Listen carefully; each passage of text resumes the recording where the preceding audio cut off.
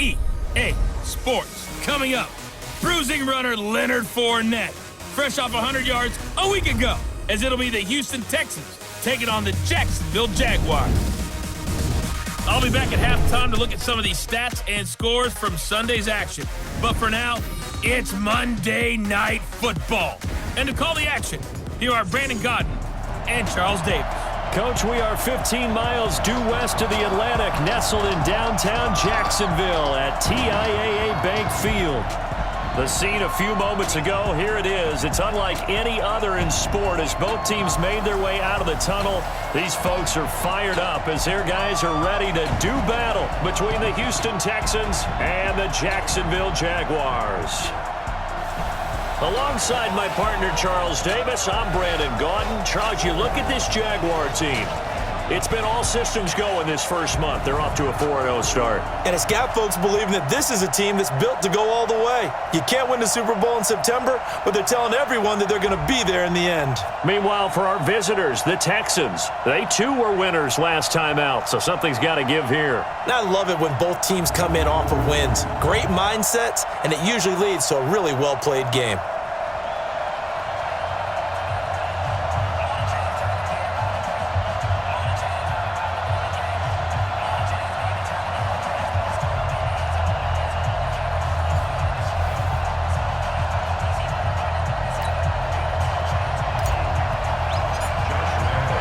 The first quarter of the season already in the rear-view mirror, and off we go in Week 5 on EA Sports. This is fielded a couple yards deep. And he'll get across the 20 before he's brought down at about the 23-yard line. So out come the Texans for their opening drive. And a look here at their go-to guy under center.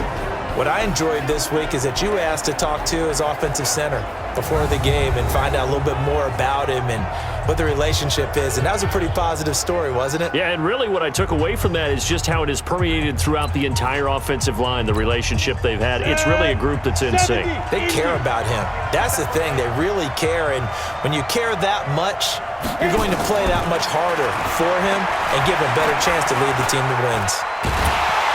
Hit from behind, and he's going to be driven down. A bad start there, a big loss on their first play from scrimmage. It's second down. We talked about prior to the game, and it played out right there on the first play, didn't it? This offensive line is going to have its hands full all night long. Now, you often speak of scripts to start a game. Does this mean that play number 2, they're going to go off the script a little bit? Yeah, what's interesting is that most people, when they script now, they actually script those contingencies in, okay, in case they can't run the play they want to. How it's long distance now?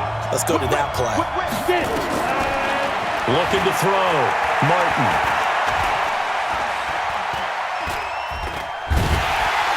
Under pressure again, and down he goes again. Jordan Willis in there to drop him, and sacks on first and second downs. Now leads to a 3rd and long. Now, I know we're only 2 plays in, but after giving up back-to-back sacks, something has to change with the protection, and they can't wait to halftime to make an adjustment. After the sack, they'll come up now 3rd and long. Yeah, I wouldn't be surprised to see them run the ball here just to try and get some space. And indeed, that's what they'll do as they run it here. And I don't know if he made it out of the end zone. No signal. Yes, it's a safety. Well, we thought these two defenses, they might come to play. One has already come to play here, a safety for the opening points of the game. Brandon, let's file this play away because if it turns out to be a tight game, who knows? This could wind up being the difference.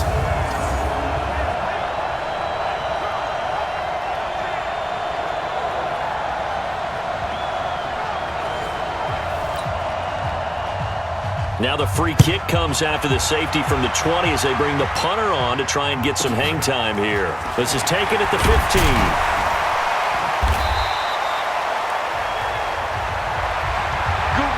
So here are the Jags now set to get their first drive. And a glance here at the man calling the plays under center, their 6'4" quarterback. And this could be a whole lot of fun because if his game plan goes into effect early, We're going to see some shots downfield, aren't we? What did he talk to us about? Stretching the field. Wants to open things up for not just his receivers, but for anything underneath. Well, that was the theme, the front page of the sports section, where the columnists write possible air raid. So we'll see. Yeah, it's going to be interesting to see how the coaches view that, right? Who gave away the game plan? I think it's pretty obvious that that'll help them win. And now a throw on first down there, but it's incomplete. And this O-line, it is the lifeblood of the offense. They establish the tone. Mean, nasty, physical. They can't wait to get after people. That allows the rest of the offense to feel confident. 2nd and 10 from the 33-yard line. They're going to need some therapy after this. A first carry for Leonard Fournette. A nice job to get 8 there after the incompletion, and now they'll look at a 3rd and 2 coming up.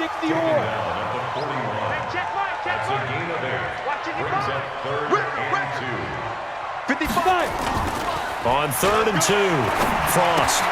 That's to his running back, Leonard Fournette. And they're going to mark him down short, maybe by about a yard, if that. Call it a 1-yard gain on the play, and it'll be 4th down. Still leaves him with 4th and short. Any chance you go for it? It's definitely in the back of my mind. In fact, I've discussed it with my staff all week long, different situations that I may want to go for it. Where's the ball in the field? Do I have confidence in my trigger guy? What am I going to do? I'm also talking about my analytics department. What are the odds? If I don't get it, what's it going to do to me the rest of the game? Personally, I end up taking all that, putting it in my head, and making a decision. And you know me, I'm probably going to go for it. Wow, you want to make an opening drive statement. Yes, I do. Once I have the ball and I've got it on the move, I don't want to just give up that easily. Fournette, a first down carry. The rushing numbers for Fournette from last week. 16 carries, 117 yards, and a touchdown. How about the first month of the season for him? He leads the league in rushing, so you know his confidence is at an all-time high, which means his offensive line loves it too. They'll get more opportunities to run block for him.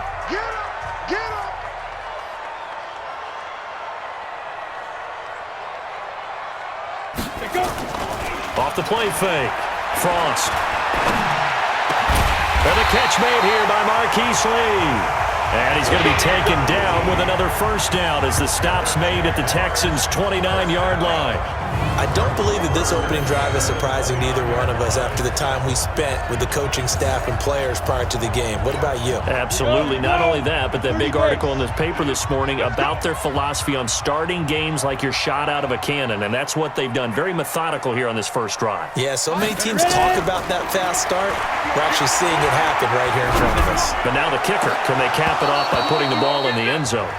Now, meanwhile, a pass that should have been intercepted, but it winds up falling incomplete. On the defensive side here, the starters for the Texans against the pass, just numbers that they haven't liked. Number 30 in the league right now. And when you're getting ready to face the #1 overall offense in the NFL, it does not matter where you rank defensively because you got your hands full. You don't know what you're going to face, but you know that that's a strong unit that you're getting ready for. Throwing again on 2nd and 10. Frost escaping the pressure right. And he's taken down, trying to do a little too much, getting outside of the pocket, and it results in a sack. Whitney Merciless barreling in for the sack. 9th play of the drive now on 3rd and a country mile. Operating from the gun, Frost. He'll rifle this one deep right side. Well, the two men come together, and it's incomplete. Excellent work defensively, brings up 4th down. Even without a ton of pressure in his face, it just shows how difficult it is to pick apart his own defense. Those guys are sitting back, and they're not playing receivers as much as they're playing the eyes of the quarterback and when he delivers the ball. And this one is right down the middle. And that will give us the very rare scoreline of 5-0. These kickers now, it used to be that a 50-plus yarder was cause for celebration, now seemingly automatic. Yeah, isn't it funny when we prepare for a game, when you look at the backgrounds of these kickers, it's interesting, isn't it, to find out they were all-state quarterbacks, receivers, defensive backs, all-state wrestlers, right? Baseball players. We're finding athletes all along, and now they're just specialists putting it through the posts. Out comes the Houston offense as they get set to take over here. And the last time they had the football, they surrendered 2 points on the safety. They don't want to do that one again. No, not at all. It's almost like a bases clearing double, isn't it? Give up a couple of runs. Sure. just messes things up for you offensively. But now they've got to go ahead, take it, set it aside, and move forward. On 1st and 10, Martin. And the coverage terrific there as that's knocked down and incomplete. The Pro Bowler DeAndre Hopkins, the intended receiver. But it's going to be 2nd down. And let's look here at the Houston offense. So let's all work together on this one because it's natural to just watch the football. But I want all of us to watch the center of this offensive line, the center and the 2 guards. They've got to be able to control the point of attack, and they didn't do such a good job on that last play. Plenty of opportunities to redeem themselves. They'll have to take advantage of that and start to make progress. Here's Martin. Back to the air on 2nd down. And he's taken down but able to slip across the 35. 15 yards, the Texans pick up the 1st down. And another thing that makes the comeback route really effective is that oftentimes after you've made the initial move, receivers breaking away from the defensive back, and that makes it a really tough play to defend. A nice chunk of yardage picked up there.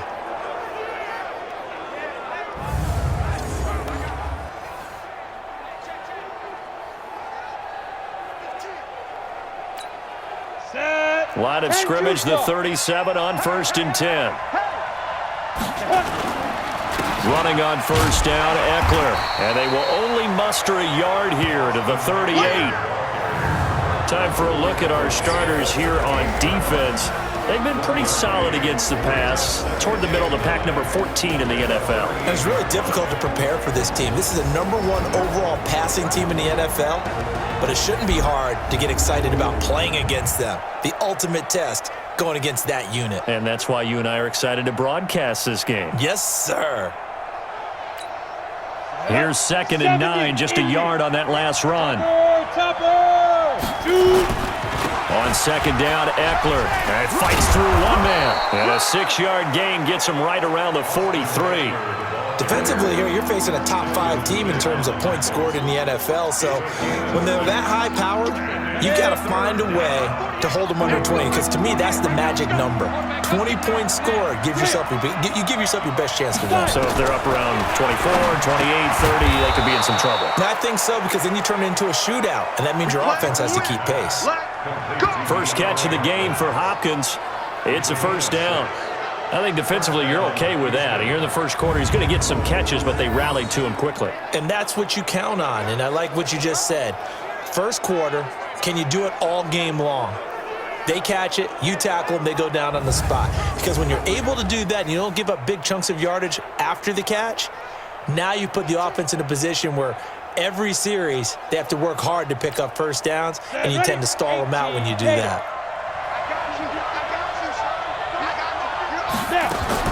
Martin on 1st and 10. Throwing over the middle, and it's incomplete. The tight end, Cameron Brate, was the target. And that'll bring up 2nd down. So after the incompletion on 1st, now 2nd and 10.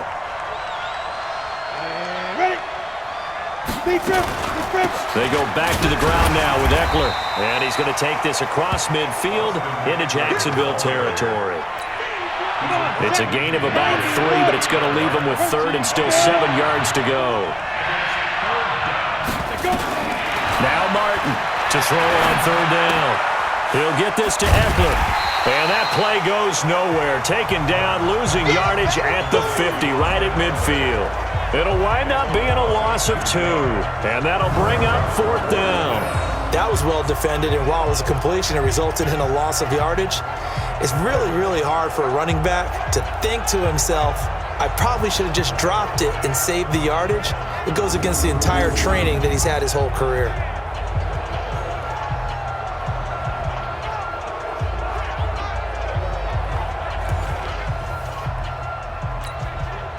The Texans send the punter out. Back deep for the Jags, D.D. Westbrook. He gets us away. It's a good one, drawing toward the sidelines. No returning this one. It sails out of bounds, and they'll spot it right at the 20. The Jags and Leonard Fournette making their way onto the field. Whatever he was doing in September, they're hoping that that carries over now to October because he was sensational last month. He absolutely was, and we all know where it started at the end of last season, right? All the offseason preparation, the weight workouts, the sprints, right? The vision that he had, what he